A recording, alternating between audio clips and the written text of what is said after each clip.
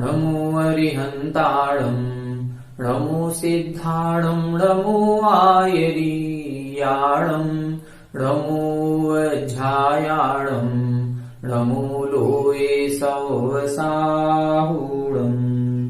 यस्य स्वयं स्वभावाप्ति प्रभावे कृष्णकर्मणः तस्मै संज्ञानरूपाय नमोस्तु परमात्मने। 1008 श्री मूलनायक आदिनाथ भगवान की जय। द्वासांग जिनवाणी माता की जय। आचार्य श्रेष्ठ आचार्य गुरुवर श्री 108 पूज्यपाद महाराज की जय। आचार्य श्रेष्ठ आचार्य गुरुवर श्री 108 विद्यासागर जी महाराज की जय। जगत पूज्य निर्यापक श्रमण मुनि पुंगव श्री 108 सुधा सागर जी महाराज की जय। समस्त मुनि संघ की जय। आलोक मोदी स्वाध्याय सुधा यूट्यूब चैनल पर आप सभी दर्शकों का हार्दिक स्वागत, हार्दिक अभिनंदन। हम सभी इष्टोपदेश ग्रंथ जी का स्वाध्याय कर रहे हैं। स्वाध्याय की इस श्रृंखला में कल हमने 2 श्लोकों का अर्थ समझा था। उन 2 श्लोकों में ये बताया गया था कि हम स्व और पर के अंतर को कैसे जाने। जो स्व और पर के अंतर को जानता है वह मोक्ष के सुख को भी जानता है। स्व और पर के अंतर को कैसे जाने, तो उन्होंने 3 साधन बताए थे। गुरु के उपदेश से, अभ्यास से और आत्मसंवृत्ति से। ये 3 कार्य हमें करने पड़ेंगे। पहले गुरु का उपदेश सुने, उपदेश सुनने के बाद फिर उसका अभ्यास करें, उसको अनुभव में लाएं और अनुभव में लाने के बाद फिर उसकी पहचान करें कि हम विषय भोगों से दूर हट रहे हैं या नहीं हट रहे हैं, हमारी आसक्ति घट रही है या बढ़ रही है। ये आत्मसंवृत्ति हमें करनी पड़ेगी। फिर इसके द्वारा यदि हम स्व और पर के अंतर को जान जाते हैं तो निश्चित रूप से जो मोक्ष में सुख मिलता है उस सुख को हम यहाँ पर भी अनुभव कर सकते हैं। और जैसा एक भजन आता है ना, तेरी प्रतिमा इतनी सुंदर तू कितना सुंदर होगा। इसी तरह से जो मोक्ष का सुख है, जब यहाँ हम संसार में निर्विकल्प अवस्था के सुख का अनुभव करेंगे तब यही बात सामने आएगी कि जब यहाँ इतना निर्विकल्प अवस्था में सुख मिलता है तो फिर मोक्ष में कैसा सुख मिलता होगा। फिर हमने पढ़ा था गुरु कौन है। तो गुरु कौन है, उसमें 3 विशेषण बताए थे। 3 विशेषण कौन कौन से थे? स्वयं हित प्रियोक्तृत्वा, स्वस्मिन् सदभिलाषित्वात्, स्वस्मिन यानी अपनी आत्मा में अच्छी अच्छी इच्छाएं उत्पन्न करने के कारण, अभीष्ट ज्ञापकत्वतः अपने इष्ट का जानकार होने के कारण, और स्वयं हित प्रयुक्तत्वा स्वयं को अपने कल्याण के मार्ग में लगाने के कारण, आत्मा एव आत्मनः गुरु, आत्मा ही आत्मा की गुरु होती है। अन्य कोई शिक्षक जो आदि होते हैं, लौकिक गुरु हैं, वो गुरु नहीं है, वो तो निमित्त मात्र हैं। अगले श्लोक में इसी तरह की बात कर रहे हैं कि जब आपने कह दिया कि आत्मा ही आत्मा की गुरु है, तो अभी तक तो हम गुरु दूसरों को समझते थे, मुनिराजों को समझते थे, अन्य टीचर आदि को समझते थे। तो ये कौन है फिर? तब अगला श्लोक इन्होंने लिखा, पहले उच्चारण करें। नाज्ञो विज्ञत्वमायाति, नाज्ञो विज्ञत्वमायाति, विज्ञो नाज्ञत्वमृच्छति, विज्ञो नाज्ञत्वमृच्छति, निमित्तमात्रमन्यस्तु, निमित्तमात्रमन्यस्तु, गतेर्धर्मास्तिकायवत्, गतेर्धर्मास्तिकायवत्। नाज्ञो विज्ञत्वमायाति, नाज्ञो विज्ञत्वमायाति, विज्ञो नाज्ञत्वमृच्छति, विज्ञो नाज्ञत्वमृच्छति, निमित्तमात्रमन्यस्तु, निमित्तमात्रमन्यस्तु, गतेर्धर्मास्तिकायवत्, गतेर्धर्मास्तिकायवत्। आप लोग पढ़ें। नाज्ञो विज्ञत्वमायाति, विज्ञो नाज्ञत्वमृच्छति, निमित्तमात्रमन्यस्तु, गतेर्धर्मास्तिकायवत्। देखें यहां बता रहे हैं न अज्ञः, यहां से निकलेगा अज्ञः, न अज्ञः विज्ञत्वम आयाति। ना तो अज्ञः यानी अज्ञानी जीव विज्ञत्व ज्ञानी पने को आयाति यानी प्राप्त होता है। ना तो अज्ञानी जीव विज्ञत्वम ज्ञानी बने को प्राप्त होता है, और ना विज्ञो जो ज्ञानी है वो अज्ञत्वम गच्छति, अज्ञत्व बने को अज्ञानी हो जाता है। ना तो ज्ञानी अज्ञानी होता है, ना अज्ञानी ज्ञानी होता है। किससे? गुरु आदि के संबोधन से। जो हमारे लौकिक गुरु हैं उनके उपदेश से, या कक्षा में जो टीचर पढ़ा रहा है उस टीचर के पढ़ाने से कोई अज्ञानी जीव ज्ञानी नहीं बनता। अज्ञानी जीव ज्ञानी टीचर के पढ़ाने से नहीं बनता। क्यों नहीं बनता? क्योंकि निमित्त मात्रम अन्यहतु, क्योंकि अन्य जो लौकिक गुरु हैं, शिक्षक आदि हैं, ये तो निमित्त मात्र हैं। ये निमित्त हैं, केवल निमित्त का मतलब कारण है, साधन है। ये साधन मात्र हैं, बाकी ये कुछ भी नहीं है। जैसे उदाहरण दिया, गते धर्मास्ति कायवत, जैसे गते यानी गति करने में, चलने में, धर्मास्ति कायवत, धर्म द्रव्य हमारा सहकारी होता है। जैसे धर्म द्रव्य चलने में सहकारी होता है। अब धर्म द्रव्य यहां पर है, हम यदि चलना चाहेंगे तो वो हमारी मदद करेगा, और यदि हम चलना नहीं चाहेंगे तो धर्म द्रव्य कुछ भी नहीं करेगा। देखिए, निमित्त दो प्रकार के होते हैं। एक होता है उदासीन निमित्त, एक होता है प्रेरक निमित्त। उदासीन निमित्त ऐसा निमित्त होता है जो हमको चलाएगा नहीं, जैसे धर्म द्रव्य। धर्म द्रव्य ये है, ये उदासीन निमित्त है, ये हमको प्रेरित नहीं करेगा, ये बार बार कहेगा नहीं कि तुम ये काम कर लो। जैसे धर्म द्रव्य को हमने बताया कि धर्म द्रव्य पूरे तीनों लोकों में ठसाठस भरा है, लेकिन फिर भी जो बैठा हुआ है वो नहीं चल रहा है। क्यों नहीं चल रहा है? क्योंकि धर्म द्रव्य उदासीन है। आप चलना चाहेंगे तो चलाएगा। परिभाषा क्या बनाई? चलते हुए जीव और पुद्गल को जो चलने में सहायता करे। इसी तरह से अधर्म द्रव्य ठहरने में सहायता करता है, जो ठहरते हुए जीव और पुद्गल को ठहराने में सहायता करेगा। जो चलना चाह रहा है उसको नहीं ठहराएगा, जो चलना चाह रहा है उसको नहीं ठहराएगा, जो ठहरना चाहता है उसको नहीं चलाएगा। इस तरह से इसको बोलते उदासीन निमित्त। जैसे सूर्य निकलता है, ये सूर्य उदासीन निमित्त है।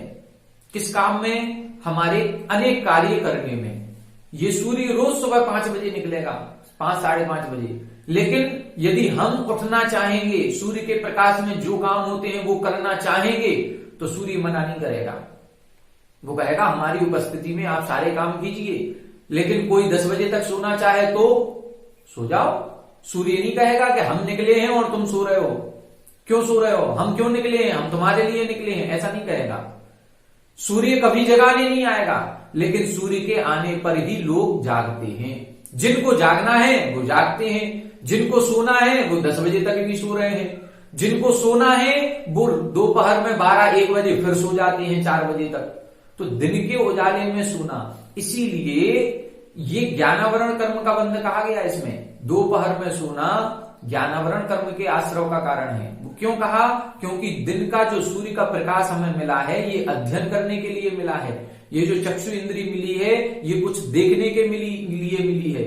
और यदि हम इसका दुरुपयोग कर रहे हैं, जब सूर्य का प्रकाश है, सारी सुख सुविधाएं मिल रही हैं, तब हम आंख बंद करके सो रहे हैं, तो हमें इसका चक्षु इंद्री से जो ज्ञान होता है, अब उस ज्ञान का अभाव होगा, उस पर पर्दा पड़ेगा, वो ज्ञानावरण कर्म का बंद होगा। तो यहां पर इन्होंने ये कहा, ये कहलाते उदासीन निमित्त, जैसे सूर्य हो गया। एक होते हैं प्रेरक निमित्त। प्रेरक निमित्त कौन है? जो हमको हिला हिला करके जगाते हैं।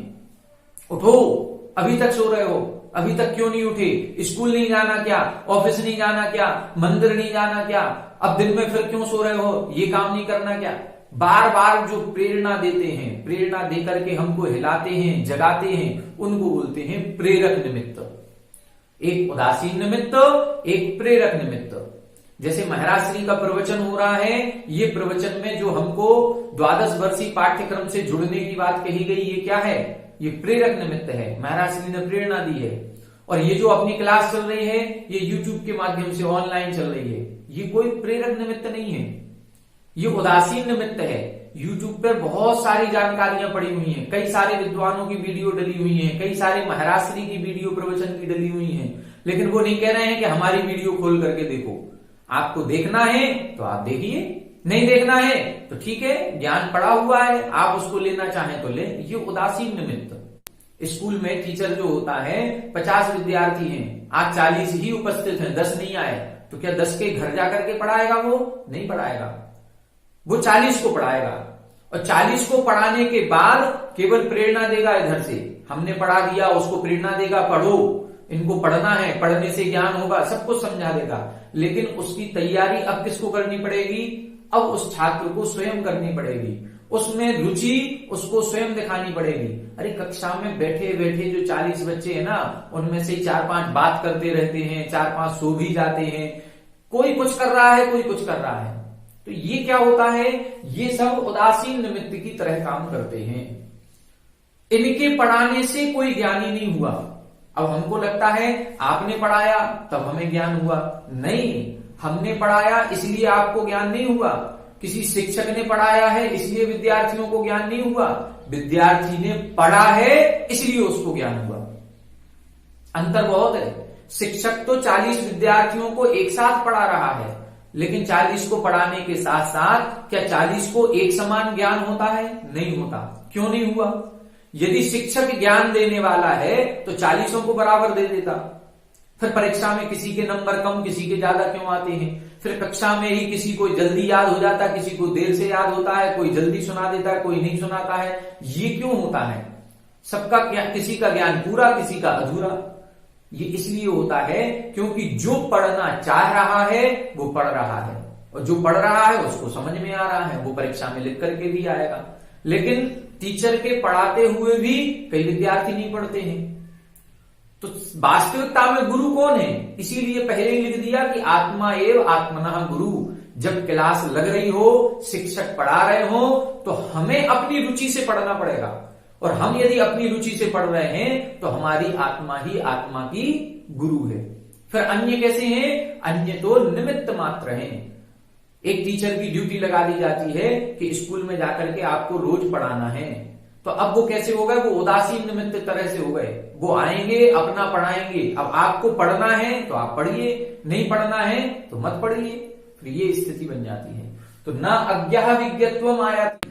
अज्ञानी जीव कभी ज्ञानी नहीं बन पाएगा किसी दूसरे के द्वारा, वो स्वयं के द्वारा ज्ञानी बनेगा। शिक्षक के पढ़ाने से अज्ञानी ज्ञानी नहीं बनता है। उसने स्वयं ने पढ़ाई की है, उसने स्वयं ने मेहनत की है। जब अच्छे नंबर आ जाते हैं तो यही कहा जाता है कि इस विद्यार्थी ने खूब मेहनत की, तब इसके अच्छे नंबर आए हैं। ये नहीं कहा जाता कि इसके शिक्षक ने बहुत अच्छा पढ़ाया। नहीं, यदि शिक्षक को क्रेडिट दे भी रहे हैं तो ये केवल एक लौकिक व्यवहार है कि इन्होंने हमको बहुत अच्छा पढ़ाया। वास्तविकता में हमने बहुत अच्छी पढ़ाई की है। लौकिक व्यवहार में हमें अपने गुरुओं का सम्मान करना चाहिए। क्यों? क्योंकि उन्होंने निमित्त तो बने हैं वो, लेकिन निमित्त के साथ साथ उपादान कौन है? उपादान हम स्वयं हैं। इसीलिए लिखा ना अज्ञः, अज्ञानी जीव कभी विज्ञ बने को प्राप्त नहीं होता, और ज्ञानी जीव कभी अज्ञ बने को प्राप्त नहीं होता। एक अभव्य मिथ्या दृष्टि जीव को कितना भी प्रवचन दे दिया जाए, कितने भी शास्त्रों का स्वाध्याय कर ले, लेकिन वो चूंकि अभव्य है, वो कभी भी सम्यक ज्ञानी नहीं बन पाएगा, कभी नहीं बनेगा। कितने ही शास्त्रों को पढ़ ले, उसको वो आत्मा का भेद विज्ञान प्रकट नहीं हो सकता। अज्ञानी जीव कभी ज्ञानी नहीं बनेगा। इसी तरह से यदि कोई छायक सम्यक दृष्टि हो गया है, अब छायक सम्यक दृष्टि जीव कभी अज्ञानी नहीं बनेगा। क्यों? उसको छायक सम्यक दर्शन प्राप्त हो गया, सम्यक ज्ञान हो गया। अब ऐसा जीव कभी अज्ञानी बने को प्राप्त नहीं होगा। तो ज्ञानी कभी अज्ञानी नहीं बनता, अज्ञानी कभी ज्ञानी नहीं बनता। निमित्त मात्रम अन्यः तु, अन्य लौकिक शिक्षक तो निमित्त मात्र हैं। जैसे गतेः, चलने के लिए धर्म द्रव्य सहकारी होता है। कई सारे साधन हैं, वो साधनों का उपयोग हम करेंगे तो हम अपना काम बना लेंगे, लेकिन साधन का उपयोग नहीं करेंगे तो साधन रखे हुए, वो सब कैसे हैं? उदासीन निमित्त कहलाते हैं। तो इस श्लोक में हमने ये समझा कि जो लौकिक शिक्षक आदि होते हैं ये सब उदासीन निमित्त हैं। ये इनके करने से कुछ नहीं हो रहा है। हम जब स्वयं करते हैं तो हमारा काम होता है। हम स्वयं ही अपनी आत्मा को कल्याण के मार्ग पर लगाते हैं। हम स्वयं ही अपनी आत्मा में अच्छी इच्छाएं उत्पन्न करते हैं। हम स्वयं ही अपनी इच्छाओं के जानकार होते हैं। इसीलिए हमारी आत्मा ही आत्मा की गुरु होती है। ठीक है, अब अगला श्लोक देखते हैं। अगले श्लोक में बता रहे हैं, ये तो हो गई गुरु की बात जो हमने पिछली कक्षा में पढ़ा था, गुरु उपदेशात अभ्यासात। तो गुरु का उपदेश बता दिया तो सच्चा गुरु कौन है और जिनको हम लौकिक गुरु कह रहे हैं जो हमें समझाने वाले हैं वो कैसे हैं। तो वास्तविकता में तो गुरु हमारी आत्मा ही है, बाकी तो ये निमित्त मात्र हैं। ये आएंगे, पढ़ाएंगे, समझाएंगे, लेकिन समझना तो हमें स्वयं को है, पढ़ना तो हमें स्वयं को है। अब अभ्यास कैसे करना चाहिए, किस चीज का अभ्यास करें, ये अगले श्लोक में बता रहे हैं। आइए देखते हैं अगला श्लोक। देखें, इस श्लोक में अब अभ्यास की चर्चा करेंगे कि अभ्यास कैसे करना चाहिए, अभ्यास करने का अधिकारी कौन है, अभ्यास किस चीज का करना चाहिए। सारी क्रियाविधि, सारी प्रक्रिया, प्रोसेस जो भी है, ये सब कुछ इस श्लोक में बताएंगे। पहले इस श्लोक का उच्चारण करें, फिर आगे देखते हैं। अभवच्चित्त विक्षेप, अभवच्चित्त विक्षेप, एकांते तत्व संस्थितः, एकांते तत्व संस्थितः, अभ्यस्येद वियोगेन, अभ्यस्येद वियोगेन, योगी तत्त्वं निजात्मनः, योगी तत्त्वं निजात्मनः, अभवच्चित्त विक्षेप, अभवच्चित्त विक्षेप, एकांते तत्व संस्थितः, एकांते तत्व संस्थितः, अभ्यस्येद वियोगेन, अभ्यस्येद वियोगेन, योगी तत्त्वं निजात्मनः, योगी तत्त्वं निजात्मनः। एक बार आप लोग पढ़ें। अभवच्चित्त विक्षेप, एकांते तत्व संस्थितः, अभ्यस्येद वियोगेन, योगी तत्त्वं निजात्मनः। देखें, यहां बता रहे हैं, यहां कौन अभ्यास करे, उसकी विशेषता क्या होनी चाहिए, अभ्यास करने की विधि क्या है और अभ्यास किस स्थान पर करना चाहिए। ये सारी प्रक्रिया, जैसे हम लोग सामायिक आदि करने बैठते हैं तो सामायिक करने का पात्र कौन, सामायिक में क्या करना चाहिए, सामायिक कहाँ करनी चाहिए, ये सारी विशेषताओं को इस श्लोक में बता रहे हैं। देखें, आइए। योगी यानी आत्मध्यानी क्या करे, निजात्मनः तत्वम, अपने आत्म तत्व का, अभ्यस्येत अभ्यास करे। कौन करे, योगी। योगी यानी आत्मध्यानी। जो मुनिराज हैं आत्मध्यानी हैं, ऐसे आत्मध्यानी मुनि ही निजात्मना तत्वम, अपने निज आत्म तत्व का, निज आत्म स्वरूप का अभ्यस्येत अभ्यास करे। अब वो योगी कैसा होना चाहिए, पहला विशेषण दिया अभवत चित्त विक्षेप। चित्त विक्षेप, चित्त यानी मन में, विक्षेप यानी तरंगे, विकल्प, जिसके मन में तरंगे या विकल्प अभवत, भवत यानी होना और अभवत यानी नहीं होना, जिसके मन में विकल्प ना हो, जिसका मन चंचल ना हो, जिसका मन एकाग्र जल्दी हो जाता हो, जिसके मन में तरह तरह के विकल्प ना उठ रहे हो, ऐसा जीव। अभवत चित्त विक्षेप यानी जिसके मन में चंचलता ना हो, और कैसा हो, तत्व संस्थितः, तत्व में जिसकी रुचि हो, तत्व में जो स्थित हो, जो अपने आत्म तत्व को प्राप्त करना चाह रहा हो, जबरदस्ती नहीं, जिसकी सामायिक करने में रुचि है, जिसको ये पता है कि सामायिक करने से क्या होता है, जिसको पंच परमेष्ठियों के ऊपर यथार्थ श्रद्धान है, जो उनका नाम लेना चाहता है, जो उनके नाम का स्मरण करना चाहता है, ऐसा जीव। तो पहले तो सामायिक के प्रति हमें रुचि जागृत करनी होगी, जिसके अंदर ये रुचि है, तत्व संस्थिता, जिसकी बुद्धि तत्व में स्थित है, ऐसा जीव। दूसरा, जिसके मन में चंचलता ना हो, जिसके मन में कोई विक्षेप उत्पन्न ना हो रहा हो, ऐसा योगी। अब कहां करे, एकांते, एकांत में जाकर के। एकांत, ऐसा एकांत होना चाहिए जिसमें स्त्री पुरुष आदि का जाना आना ना हो, जिसमें कोई शोर शराबा ना हो रहा हो, जिसमें हमारा मन चलायमान ना हो जाए, ऐसे स्थान में जाकर के बैठना चाहिए। और कैसा होना चाहिए, अभियोगेन, आलस्य रहित होकर के। कितनी सारी विशेषताएं बता रहे हैं। कौन करे, योगी करे। कैसा योगी करे? जिसके मन में चंचलता नहीं हो, जिसकी बुद्धि तत्व में स्थित हो। ऐसा योगी एकांत स्थान में जाकर के आलस्य को छोड़ करके निजात्मनः तत्वम, अपने आत्म तत्व का अभ्यस्येत, ध्यान करे। ऐसा नहीं एकांत में जाकर के कोई अपने हिसाब किताब लगाने बैठ जाए। माला फेरने के लिए गए थे, एकांत में पहुंच गए, अब सारा सब कुछ याद आ रहा है, किससे कितना लेना, किससे कितना देना, पुरानी बातें याद आ रही हैं, पिछले 3 साल पहले किसने हमसे क्या कहा था, अब हमें उसका क्या जवाब देना है। वो चीजें नहीं करना है। आत्मनः तत्वम अभ्यस्येत, अपने आत्म तत्व का अभ्यास करना है। अब हम लोग देखें, हम लोग सामायिक कैसे करते हैं। हम लोग सामायिक करने कब बैठेंगे? जब हमारे घर में 10 रिश्तेदार आए हुए हैं। अब इधर रिश्तेदारों से बात कर रहे थे, इधर घर में लड़ाई झगड़े भी चल रहे थे, तुरंत टीवी देख करके उठे थे। अब जब ये सारे काम करके उठेंगे, अचानक से याद आएगा हमें तो सामायिक करनी है, अब हम सामायिक करने जाप देने बैठ गए, तो मन की ये चंचलता बनी रहेगी। इसीलिए जब सामायिक की जाती है तो सामायिक की विधि है, उस विधि में पहले आवर्त किए जाते हैं, चारों दिशाओं में आवर्त करें। आवर्त करने के बाद फिर कम से कम सामायिक पाठ पढ़ें 10 मिनट। वो प्रेम भाव हो सब जीवों से, ये वाला है, या सत्वेषु मैत्रीम संस्कृत वाला है, या कोई स्तुति आदि पढ़ें। पहले 10 मिनट कोई ना कोई पाठ करें, फिर उसके बाद माला फेरें। क्यों?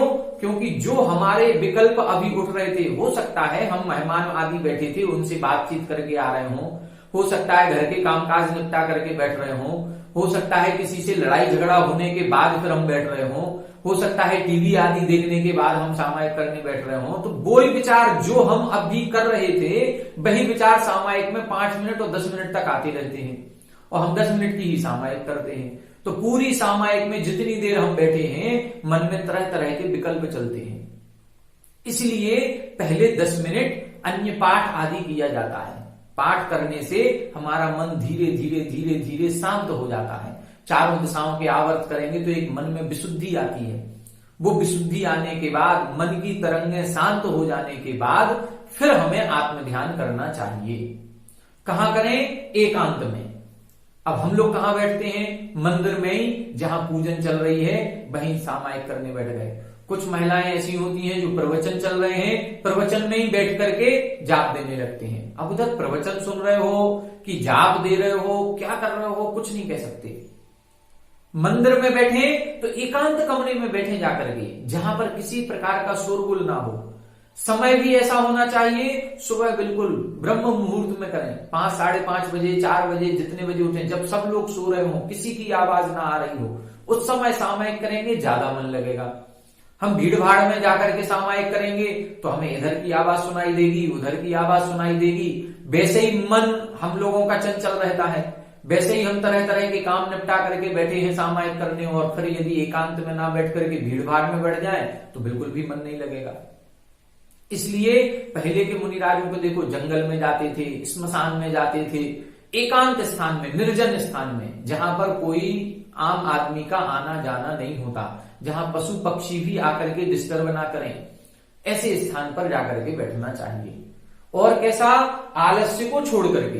अभियोगी हम लोगों को, जब कई लोगों को देखा जाप देने का नियम है, और कई बार 9:30 10 बज गए रात के, जब सोने वाले हैं तब याद आया, अरे आज जाप तो दी नहीं। अब जाप देने बैठे तो बेमन से बैठे।